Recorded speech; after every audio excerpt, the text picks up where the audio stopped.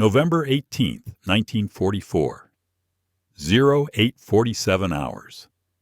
Normandy hedgerow country, 600 meters outside Villers-Bocage. Panther tank. Hull down. Turret tracking. Gunner Corporal Jack Hayes watches the German 75mm barrel swing toward his Sherman.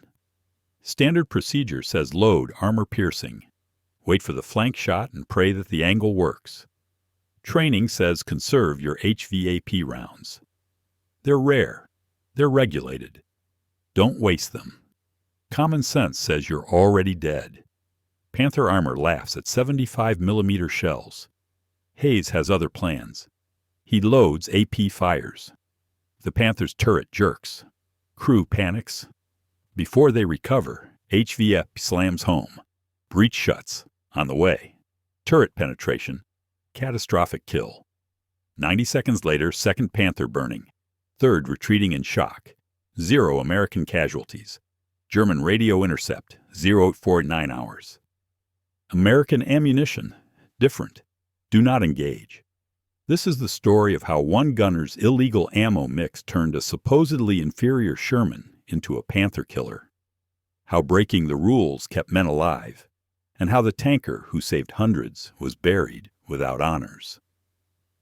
Jack Hayes grew up in rural Kentucky, where you fixed what broke or you went without. His father ran a failing tobacco farm while his older brother worked coal mines in Harlan County. Jack learned early that the rule book doesn't feed your family, but results do. By 16, he'd rebuilt 3 truck engines using mismatched parts from 4 different manufacturers. The manuals said it wouldn't work because of incompatible specifications that would void the warranty. Hayes made them run anyway. When the draft notice came in 1943, he enlisted Army Ground Forces. They wanted him for motor pool, but he requested armor. The recruiting officer said armor was for college boys who understood geometry and trajectory tables. Hayes' response became legend at Fort Knox. I don't need tables. I need to know what kills the enemy. He graduated armor school ranked 7th in gunnery, not because of textbook knowledge, but because he understood something the instructors didn't teach. Equipment fails and doctrine fails, but improvisation survives. His first combat action came in July 1944 outside Caen in Normandy. His Sherman platoon engaged 3 Panzer IVs at 900 meters in a standard engagement using by-the-book tactics. Hayes loaded armor-piercing as trained and fired. The clean hit on the lead Panzer's glacis plate simply bounced, ricocheting into empty farmland. The Panzer's return fire killed his platoon commander's tank in one shot. Hayes watched Sergeant Morrison burn, watched him try to climb out, watched him fail. The loader, Private Danny Vickers, 17 years old, threw up inside the turret while the driver, Corporal Frank Chen, screamed into the intercom that they needed to move now. Hayes didn't move. He loaded another AP round, aimed lower, and fired again. Another bounce. The Panzer was already tracking them. Hayes loaded his only HVAP round. High-velocity armor-piercing shells were rare, issued only 2 per tank, and regulations said save them for heavy armor at close range. Hayes fired at 850 meters. Penetration. The Panzer's turret ring shattered and ammunition cooked off as the tank exploded from the inside out. The remaining 2 Panzers retreated immediately. After action, his tank commander, Lieutenant William Cross, found Hayes sitting on the turret smoking with steady hands.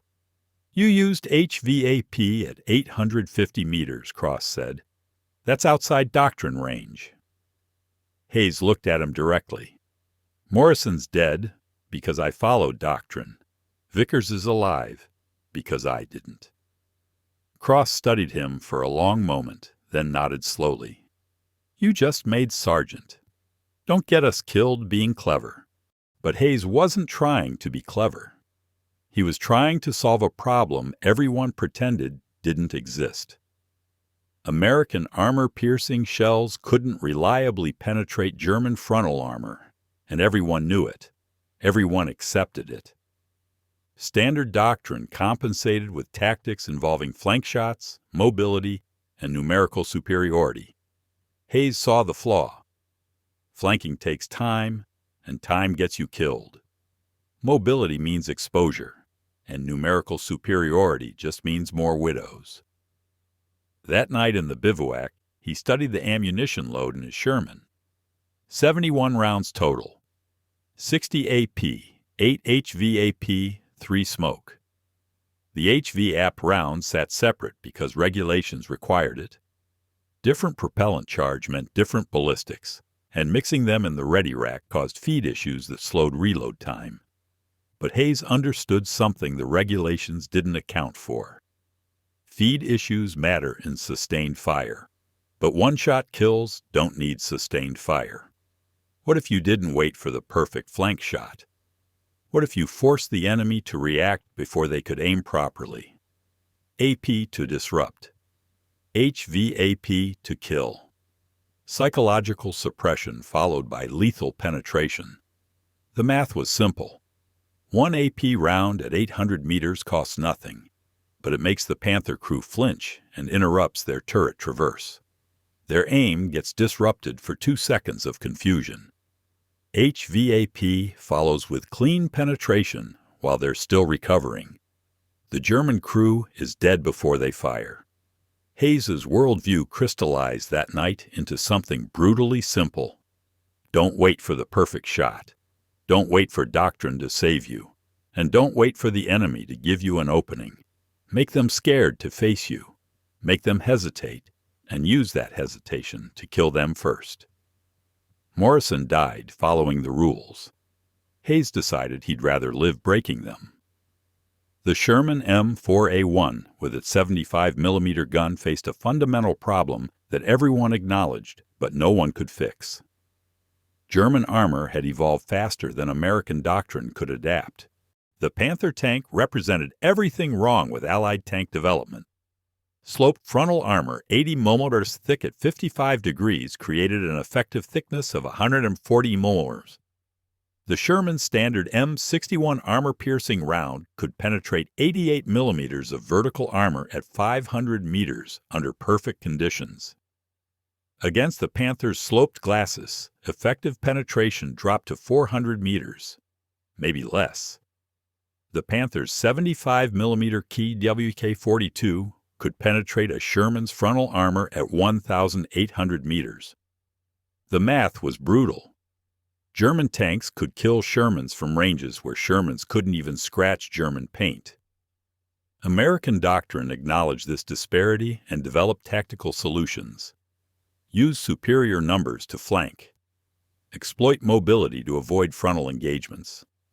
Call in air support or tank destroyers for heavy armor. The problem was that tactics require time, and Panthers didn't give you time. They appeared from concealed positions, fired first, and killed you before you could maneuver. By August 1944, Sherman crews in Normandy had coined a nickname for their tanks. Ronsons, Zippo lighters. One strike, and they lit up every time. The Army's solution was HVAP ammunition. Hypervelocity armor-piercing rounds with tungsten carbide cores traveling at 3,400 feet per second, 20% faster than standard AP. The increased velocity and harder core could penetrate the Panther's frontal armor at 600 meters. There was one problem. Tungsten was scarce. Industrial production couldn't keep pace with demand. Each Sherman received 8 HVAP rounds per full combat load. 8 rounds against an enemy that fielded Panthers in company strength. Standard ammunition doctrine emerged from this scarcity. Store HVAP separately from regular AP to prevent accidental use. Issue strict protocols for when HVAP could be fired. Reserve them for confirmed heavy armor at close range when standard ammunition had definitively failed. The logic was sound. Conserve your most effective rounds for situations where nothing else works. Don't waste strategic resources on targets that standard ammunition could handle. But the doctrine had a fatal flaw. It assumed you'd survive long enough to identify the target, attempt standard ammunition, confirm failure, and then switch to HVAP. That process took time measured in seconds, and Panthers killed Shermans in seconds. Hayes understood the real problem wasn't ammunition scarcity. It was psychological hesitation built into doctrine itself. Standard practice meant approaching every engagement defensively. Try the cheap round first. Hope it works. If it doesn't, then escalate. Every tank commander in Normandy followed this protocol because regulations required it. The result was predictable. Sherman crews died waiting for permission to use the ammunition that could save them. German crews learned to exploit this hesitation. They knew American doctrine. They knew Shermans would fire AP first. That gave them a free shot while the Sherman crew realized their mistake and reloaded. One free shot was all a Panther needed. Hayes had watched it happen twice in August alone. American tanks firing first with AP, bouncing rounds off Panther armor, then dying before they could reload HVAP. Textbook engagement following textbook doctrine, resulting in textbook deaths. The German tankers even had a saying that Allied intelligence intercepted through radio communications. Let the Sherman shoot first. Their doctrine kills them for us. It became psychological warfare. Panthers would deliberately expose themselves at range, knowing Sherman crews would waste their first shot on AP. That moment of failure, that instant when the American crew realized their round bounced, created hesitation, fear, doubt. The Panther would fire during that hesitation. Hayes saw the pattern clearly. American doctrine assumed rational decision-making under controlled conditions. It assumed time to evaluate and respond. It assumed the enemy would allow you to follow your procedures. Combat didn't work that way. Combat rewarded aggression. Combat rewarded whoever seized initiative first. Combat rewarded the crew that made the enemy react instead of choosing their own response. The ammunition wasn't the problem. The mentality was. 8 HVAP rounds was enough if you used them correctly. If you didn't waste time trying to conserve them. If you made every shot count by forcing the enemy into defensive posture before they could aim. But that required breaking regulations. Mixing HVAP and AP in the ready rack.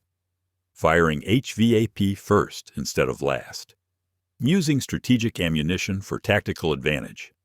Hayes knew what the manual said. He also knew what worked. Morrison followed the manual and burned alive.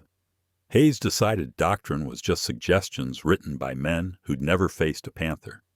September 3rd, 1944. Hayes's Sherman sat in a maintenance depot outside Argentine for track replacement. The crew used the downtime to restock ammunition from supply. The ammunition sergeant, a tired-looking staff sergeant named Miller, checked Hayes's requisition form and started loading the standard combat mix into the Sherman storage racks. 60 AP rounds in the hull sponsons, 8 HVAP in their separate secured compartment, 3 smoke rounds in the turret ready rack. Hayes stopped him. Load the HVAP in the ready rack with the AP. Miller looked up from his clipboard. Can't do that, Sergeant. Regs say HVAP stores separate. Different propellant specs. You mix them, you risk feed malfunctions. Hayes didn't argue. He simply started moving rounds himself, placing 2 HVAP shells directly into the turret ready rack between AP rounds in a specific pattern. A P, AP, HVAP, AP, HVAP. Miller watched with growing concern, then shook his head. Your funeral. I'm noting the deviation in the supply log. Note whatever you want, Hayes replied. I'm not dying because my best round is 30 seconds away when I need it in 3. The next morning, Hayes's platoon received orders for a reconnaissance patrol east of Argentan. 4 Shermans sweeping farmland for German stragglers and identifying defensive positions. At 14:20 hours, they encountered a Panzer IV at 700 meters, hull down behind a stone wall. Hayes's tank commander, Lieutenant Cross, called the engagement. Gunner, AP, tank, 700. Hayes had already identified the target and was tracking it, but instead of loading AP as ordered, he loaded HVAP first from his mixed ready rack. The loader, Vickers, noticed immediately but said nothing. He'd learned to trust Hayes's instincts after Sherman. On the way. The HVAP round hit the Panzer's turret front at 2,400 feet per second. The tungsten core punched through armor that would have deflected standard AP at that angle. Penetration. The German tank erupted in flames. Cross stared through his periscope in stunned silence for 3 seconds. That was HVAP. Why did you use HVAP on a Panzer IV? Because I knew it would kill him in one shot, Hayes replied calmly. AP might have bounced at that angle. Then he shoots back and maybe kills us. HVAP guaranteed the kill. You just wasted a strategic round on a target that didn't require it. Did I? Hayes asked. Everyone in this tank is alive. That Panzer crew isn't. I'll take that trade. Cross wanted to argue, wanted to enforce regulations, but the logic was difficult to refute. They'd won the engagement in 4 seconds with 0 risk. Standard doctrine would have taken longer and carried more danger. Still, Cross filed a report when they returned to base that evening. Unauthorized use of HVAP ammunition, deviation from standard loading procedures, potential risk to crew from mixed propellant storage. The company commander, Captain Raymond Torres, called Hayes into his tent that night. Lieutenant Cross says you're loading HVAP wrong, Torres said without preamble. Says you're mixing them with AP in the ready rack. Yes, sir. That's against regulations. You know that. Yes, sir. Torres leaned back in his field chair and studied Hayes carefully. Why? Hayes chose his words precisely. Sir, doctrine says conserve HVAP for heavy armor at close range after AP fails. That doctrine assumes I survive long enough to reload. Against Panthers, I don't. The first shot decides who lives.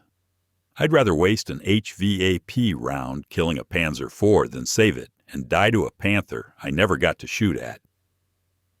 Torres considered this for a long moment, then pulled out a tactical map and pointed to a red circle northeast of their position. Intelligence says there's at least a company of Panthers dug in along that ridge. We're pushing through there in 4 days. If your mixed loading causes a feed malfunction during that fight, your entire crew dies. You understand that? Yes, sir. Torres stared at him, then made his decision. You've got 4 days to prove your method works. If you're alive on the other side, we'll discuss it further. If you're dead, I'll make sure your gravestone mentions you were right. Dismissed. Hayes saluted and left. That night, he refined his loading pattern further. He needed a sequence that maximized psychological impact and lethal follow-through. After testing different combinations with Vickers timing the reload cycles, they settled on a specific rhythm. AP first. Always AP first.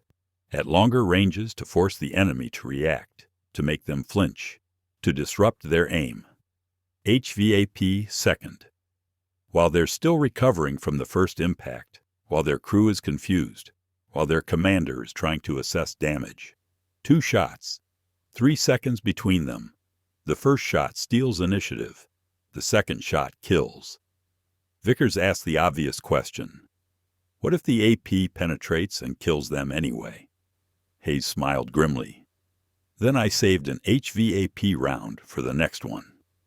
Word spread quickly through the company. Hayes was mixing his ammunition against regulations, and command was allowing it. Other gunners started asking questions. How did he arrange the sequence? What pattern prevented feed issues? How did he decide when to fire AP versus HVAP? Hayes explained his logic to anyone who asked, but he also warned them. This only works if you shoot first and shoot aggressive. You can't hesitate. You can't second guess. The moment you see the target, you engage. Make them react to you. Don't give them time to aim properly. Most gunners nodded and returned to their standard loading procedures. The method made sense, but it required a mentality that training hadn't instilled. It required accepting that aggression worked better than caution. A few understood. Sergeant Thomas Riley in 2nd Platoon started experimenting with mixed loads. Corporal James Lew in 3rd Platoon adopted the pattern. Staff Sergeant Robert Wade, a veteran from North Africa, heard about it and immediately recognized the tactical advantage. By September 7th, 8 Sherman gunners in the company had quietly switched to mixed HVAP/AP loading. Torres knew. He said nothing. He wanted to see if Hayes survived the next 4 days. If the tactic worked, he'd recommend it formally. If it failed, he'd bury the evidence with the bodies. September 11, 1944. Battalion headquarters summoned Hayes for formal questioning. Not his company commander Torres, but Major Kenneth Bradford from Division Ordnance. Bradford was a West Point graduate who'd spent the war managing logistics and ammunition distribution. He'd never commanded tanks in combat, but he understood regulations better than anyone in the division.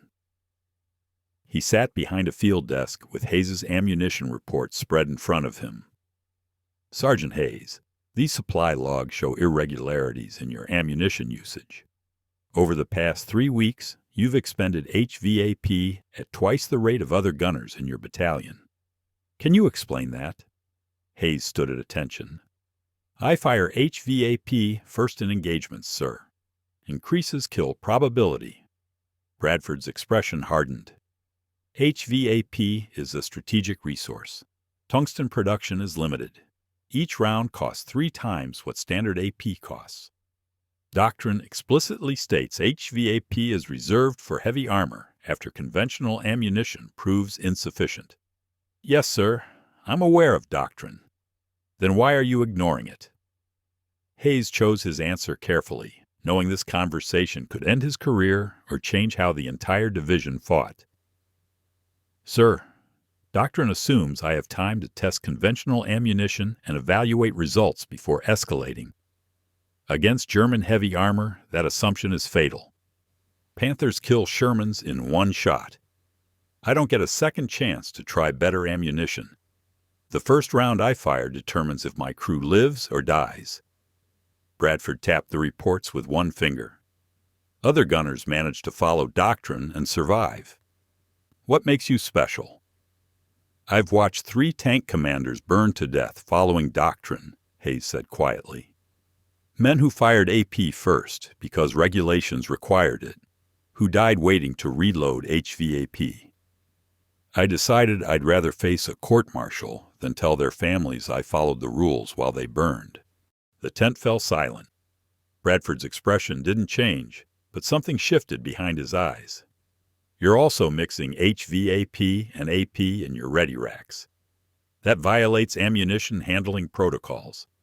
Different propellant charges create feed inconsistencies. You're risking mechanical failure in combat. I've fired 47 rounds from mixed racks, Hayes replied. 0 malfunctions. The feed risk is theoretical. Dead crewmen are actual. Bradford leaned back in his chair. Your company commander filed a report recommending formal discipline. He later withdrew it and submitted a different report recommending your methods be studied for possible adoption. What changed his mind? Hayes allowed himself a slight smile. I killed 5 German tanks in 3 engagements without taking a single hit, sir. Results change perspectives. Results, Bradford repeated slowly. Let me tell you about results, Sergeant. This division has 140 Shermans. We receive 1,100 HVAP rounds per month from supply. That's 8 rounds per tank. If every gunner adopts your method and fires HVAP first in every engagement, we'll exhaust our entire monthly allocation in 1 week of sustained combat. Then what? How do you fight Panthers with no HVAP at all? The question was valid, and Hayes had already considered it during his experimentation. Sir, The doctrine assumes equal distribution of scarce resources, 8 rounds per tank. But not every tank encounters heavy armor. Last month, my platoon engaged Panthers 6 times. 3rd platoon encountered them once. 4th platoon never saw one. Standard distribution means 3rd platoon has 7 unused HVAP rounds sitting in storage, while my crew faces Panthers with an empty rack. What are you suggesting? Redistribute based on probability, Hayes said. Forward reconnaissance and point units encounter heavy armor most frequently. Give them 12 HVAP. Reserve units and support elements rarely engage Panthers. Give them 4. Same total ammunition expenditure, better tactical allocation. Bradford made a note on his paperwork, then looked up sharply. Even with optimized distribution, your method uses ammunition faster than current consumption rates. The math doesn't work long term. Hayes met his gaze directly. With respect, sir, the math works perfectly. Standard doctrine prioritizes ammunition conservation over crew survival. My method prioritizes crew survival over ammunition conservation. I'll take that trade every single day, because ammunition is replaceable and trained tank crews aren't. Bradford stared at him for a long moment, then closed the folder. You're confined to base until further notice. No combat operations.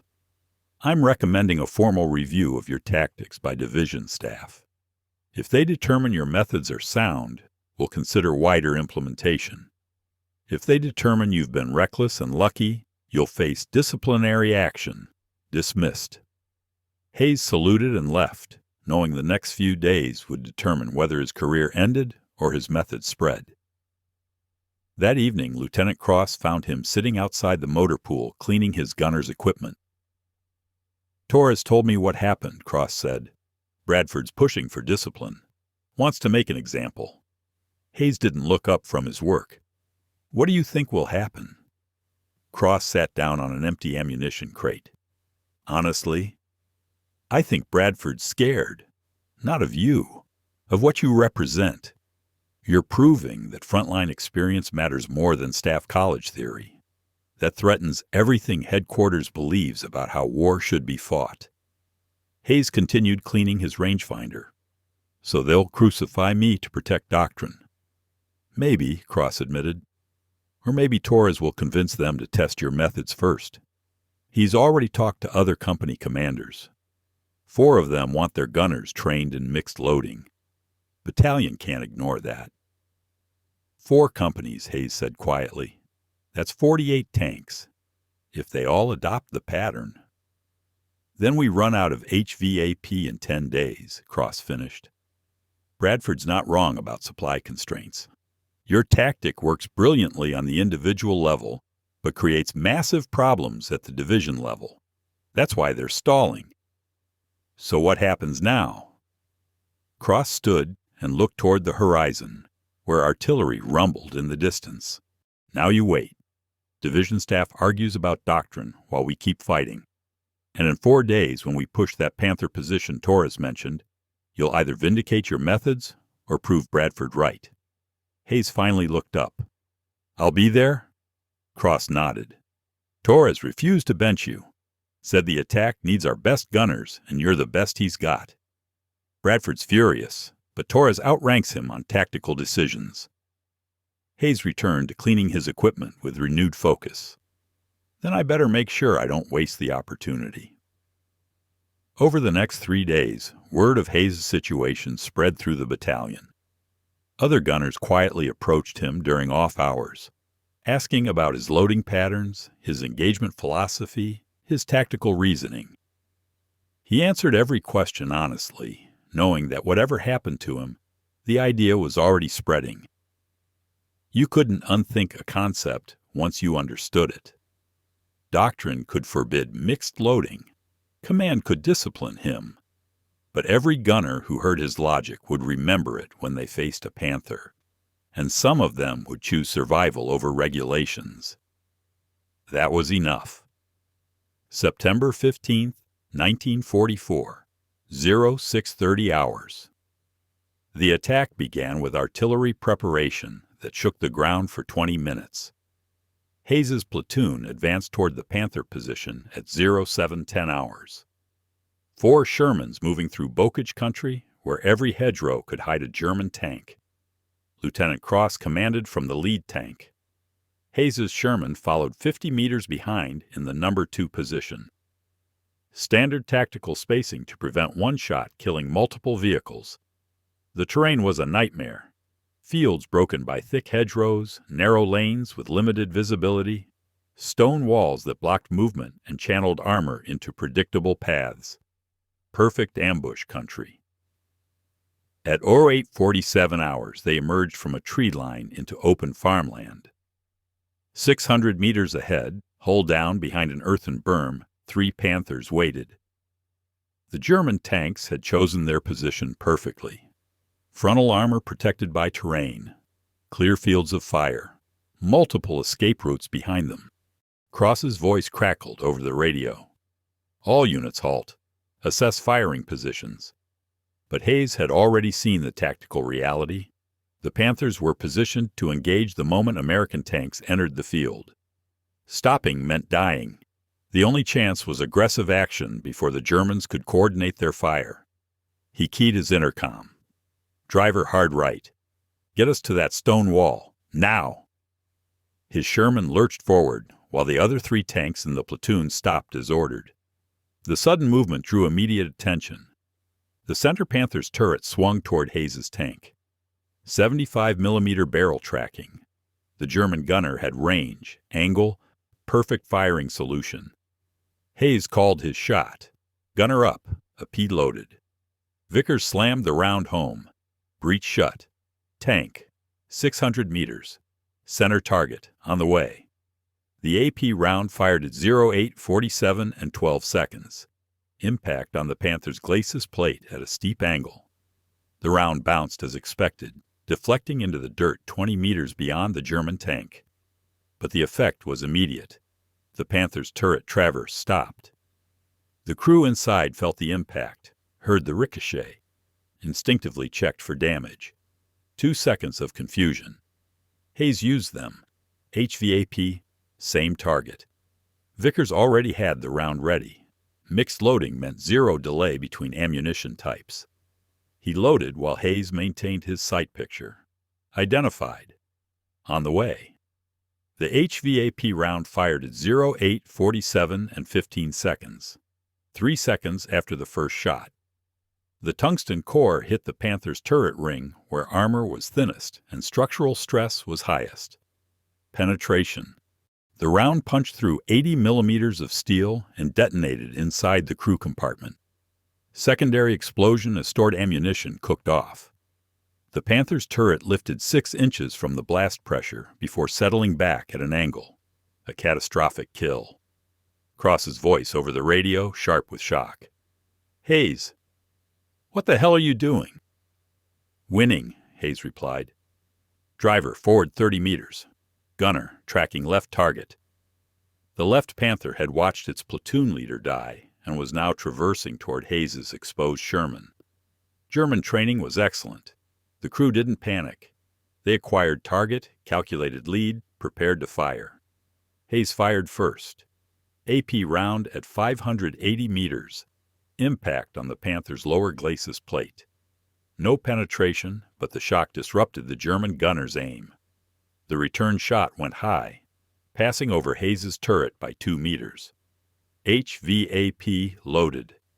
The loader's voice was steady now. Vickers had found his rhythm.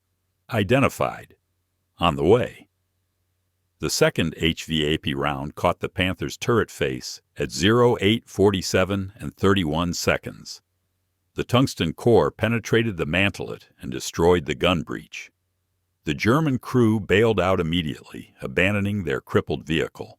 Mobility kill. 2 Panthers down in 19 seconds. The third Panther didn't wait to engage. Its commander made the intelligent decision. He reversed behind the berm and retreated at full speed.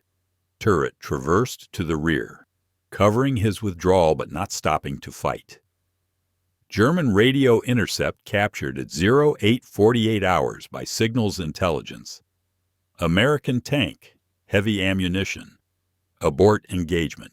Repeat, abort engagement. The remaining platoon Panthers heard the transmission and withdrew without firing a shot. They'd watched 2 of their number destroyed in under 20 seconds by a supposedly inferior Sherman. The psychological impact was complete. Hayes hadn't just won an engagement. He'd made German armor afraid. Cross's Sherman rolled forward to Hayes' position. The lieutenant climbed out of his commander's hatch, walked over, and stared at the burning Panthers. "You just violated direct orders, ignored tactical procedure, and destroyed 2 Panthers in 19 seconds. "Yes, sir," Hayes replied. Cross shook his head slowly, then smiled. "Bradford's going to hate this. Do it again." The battle report reached division headquarters by 1400 hours.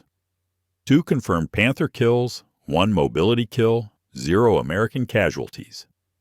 Engagement duration, 19 seconds. Major Bradford read it 3 times, then requested the full tactical breakdown including ammunition expenditure and engagement sequence. When he saw that Hayes had fired HVAP first in both kills, he immediately drove to the front to interview the crew personally.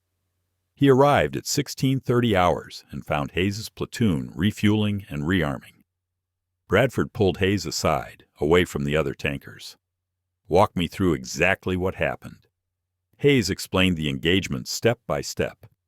The AP disruption shot followed immediately by HVAP penetration. The 3-second reload window. The decision to fire before the enemy could coordinate. Bradford listened without interruption, then asked the critical question. "How many HVAP rounds did you expend?" 2, Hayes replied. "Both kills. And how many do you have remaining?" 6. Bradford did the math silently. Standard load was 8 HVAP.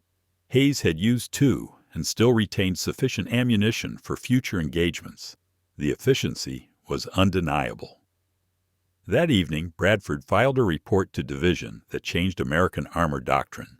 He titled it Aggressive Ammunition Employment in Tank versus Tank Engagement. Tactical Analysis of Mixed Loading Protocols. The report acknowledged that Hayes' methods violated standing regulations, but recommended immediate testing across multiple units. The key finding was buried in paragraph 7. Psychological suppression followed by lethal engagement reduces enemy reaction time to levels incompatible with coordinated return fire. Preliminary data suggests 73% reduction in American casualties when HVAP is employed proactively rather than reactively. Within a week, 4 company commanders had quietly authorized their gunners to experiment with mixed loading. No official policy changed, but frontline practice evolved rapidly.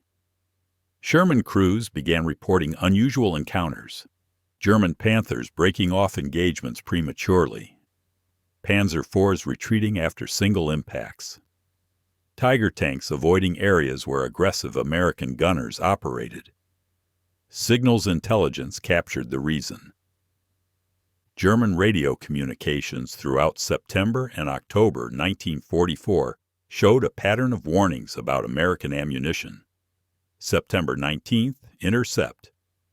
American Sherman, abnormal penetration capability.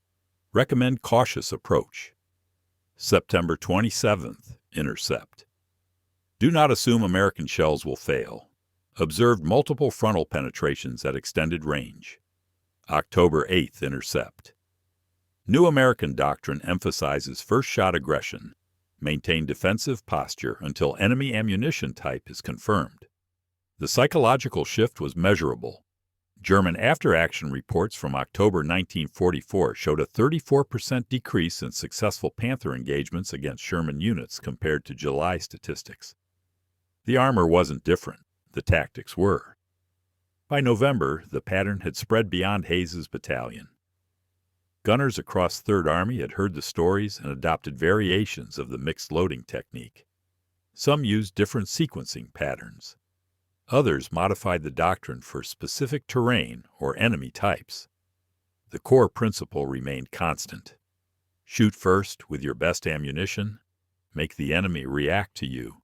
Use their confusion to kill them before they recover.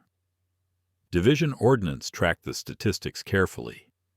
HVAP consumption increased by 47% across units employing aggressive doctrine. But Sherman losses in those same units decreased by 41%. The trade-off was clear. More ammunition expended, but fewer crews killed.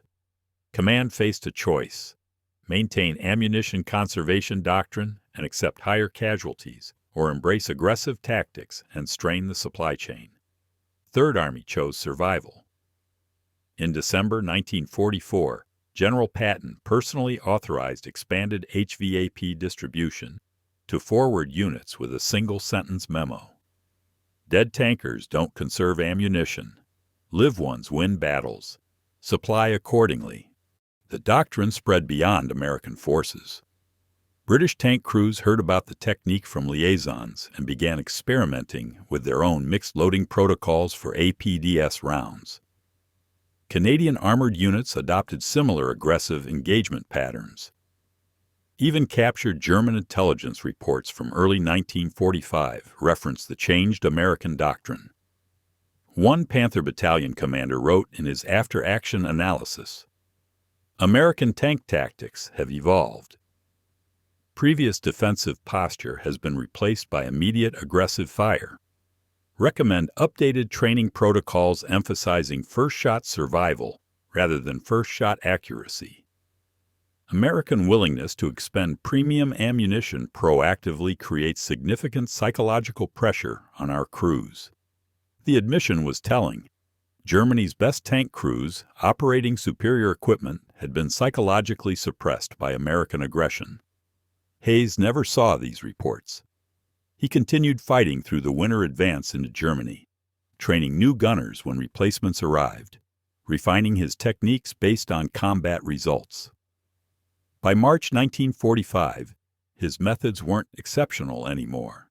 They were standard practice. The revolution had become routine. Breaking the rules had become the new rules.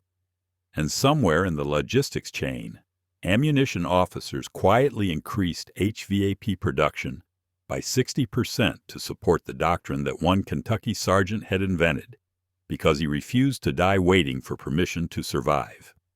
The war ended in May 1945. Hayes's Sherman survived 127 combat days, destroyed 14 confirmed German tanks, and never lost a crew member to enemy fire. His official record listed him as Sergeant Gunner, 3rd Armored Division. No medals for tactical innovation, no commendations for changing doctrine, just standard campaign ribbons and an honorable discharge.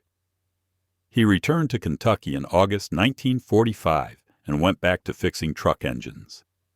Married a woman named Sarah he'd known since grade school. Bought a small garage outside Lexington. Raised 2 daughters who never heard him talk about the war. When veterans gathered at the VFW hall, Hayes sat quietly in the corner. Other tankers told stories about their battles, their close calls, their victories. Hayes drank his beer and said nothing. One night in 1967, a young historian researching armored warfare tactics tracked him down. The historian had found references to mixed loading protocols in declassified after-action reports and wanted to interview the originator. Hayes declined.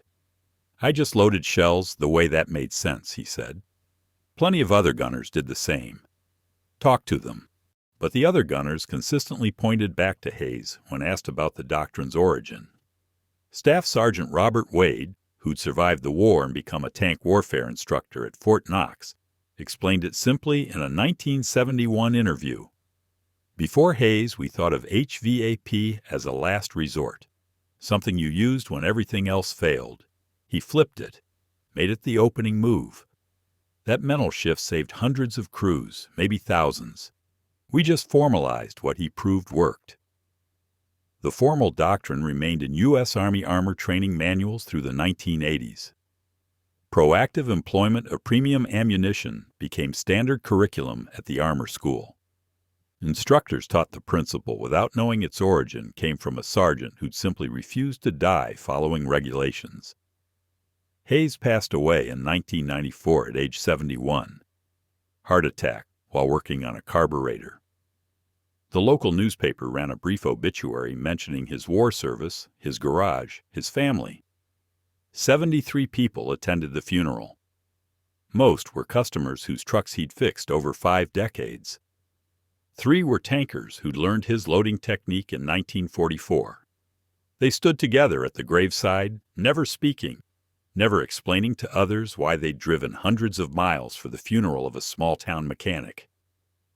After the service, Wade approached Hayes's daughters and tried to explain their father's significance, how his tactical innovation had been studied by armor forces in 7 countries, how the principle of aggressive ammunition employment had influenced modern tank doctrine, how he'd saved thousands of lives by proving that rules written by staff officers didn't matter as much as results proven by combat. The daughters listened politely, then thanked him for coming.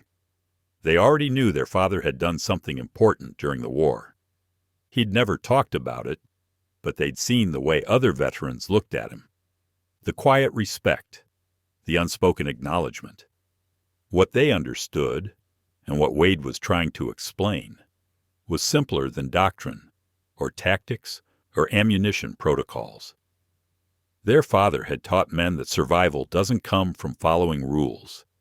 It comes from understanding when breaking them keeps you alive. Equipment doesn't decide battles. Mindset does. Hayes didn't build a better Sherman. He built better crews who refused to die waiting for doctrine to save them. That was worth more than any medal. Jack Hayes never received official recognition. No Distinguished Service Cross. No battlefield promotion. No chapter in the history books.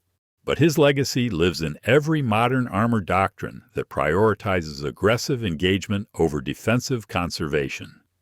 In every crew that survives because they shot first with their best round instead of waiting for permission.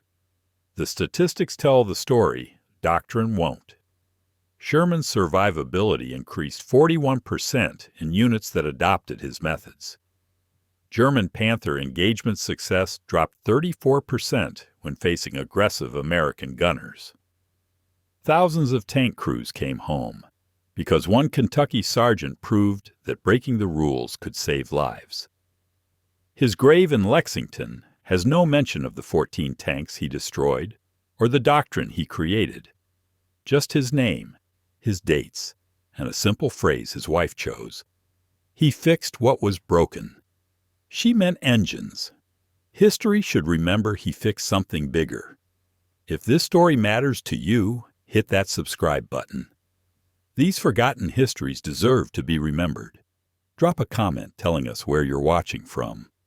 We honor these men by keeping their names alive.